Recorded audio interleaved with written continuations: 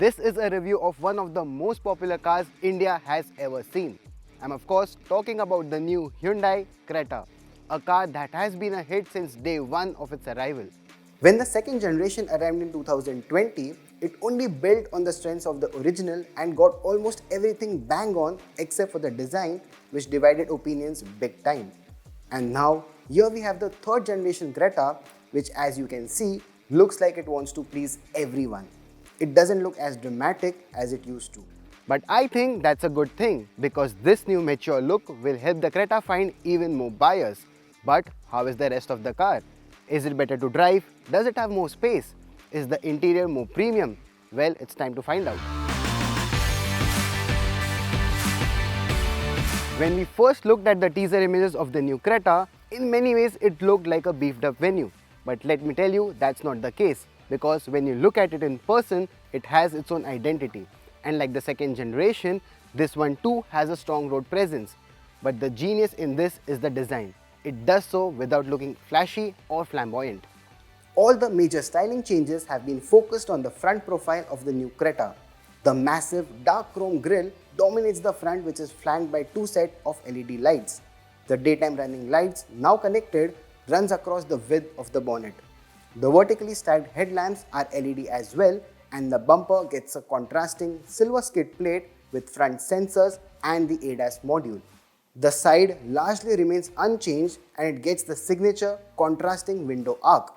Besides this, the only updates are the redesigned 17-inch alloy wheels and the camera, which is mounted on the side ORVMs. The posterior too looks fresh and mimics the front with the connected LED tail lamps that are neatly tucked in the casing along with the brand logo that gets a flat aluminum finish.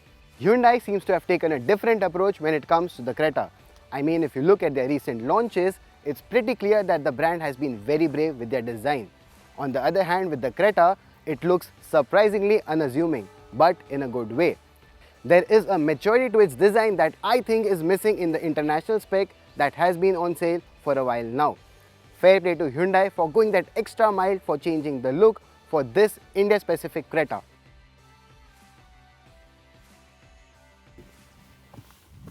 So after the sophisticated exterior styling of the new Creta, it's now time to check the interior of the new Creta. Hyundai has carried forward the dual-tone interior theme to the new Creta as well.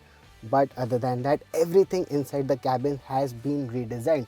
So let's take a look at the dashboard. Aircon vents here, they have been redesigned and now in horizontal position. You also get a small cubby space to keep your knickknacks. The party piece of this cabin are these two screens. Both measure 10.25 inch in size and you also get this redesigned center console area. Also new is this air conditioned panel which also gets control for the infotainment system. Additionally, you also get a dual zone climate control, a new gear lever and ventilated front seats. In terms of features, the Creta now packs in a fully digital instrument cluster with customizable views, details of ADAS and even turn-by-turn navigation. Then there are inclusions such as ventilated front seats, a wireless charging pad, electrically adjustable driver's seat that has upped the game in the SUV segment. While the interior feels upmarket, we would have appreciated if Hyundai would have added soft touch materials to the dashboard and the door pads to lend it a premium feel. On to the second row of the new Creta. The dimensions of the Creta have remained unchanged, so the headroom, legroom and even the shoulder space is still the same and seating 3 people here is quite easy. What Hyundai has done here is try to elevate the overall seating experience and the comfort in the rear row. For that, they have added this new blind fold, a dedicated mobile phone holder, 2 Type-C USB charging ports, a good armrest with cup holders, reclining rear seats and these comfortable head cushions.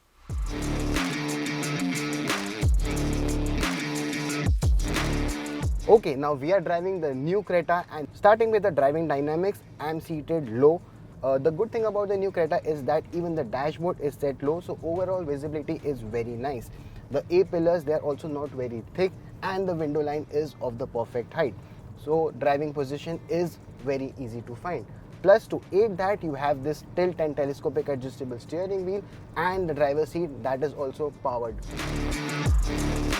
Out of a plethora of engine and powertrain options, This one is the brand new 1.5 litre turbo petrol engine which churns out 158 bhp and 253 Newton meters of peak torque, and it's available with this a 7-speed dual clutch transmission.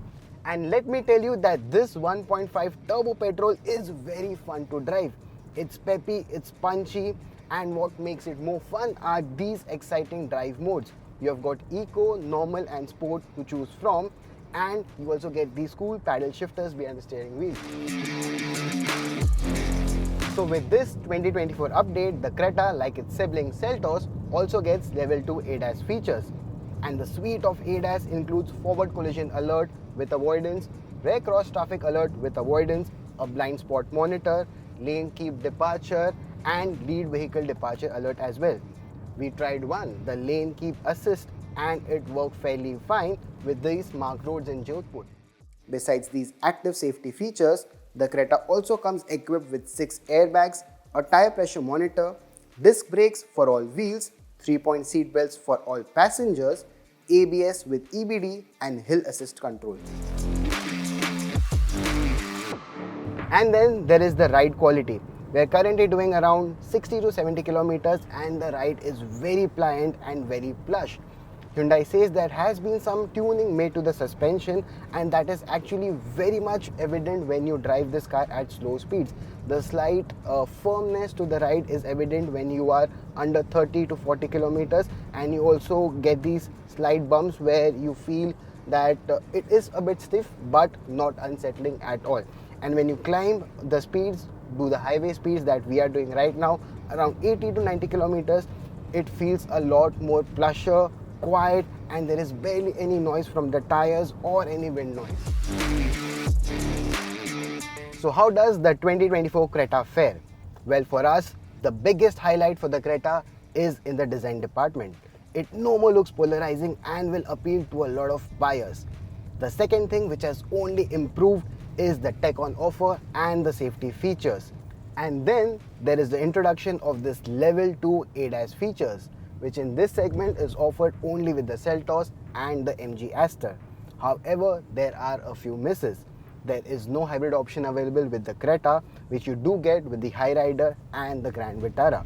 But will that stop Creta to have a lot of volumes on the sales chart?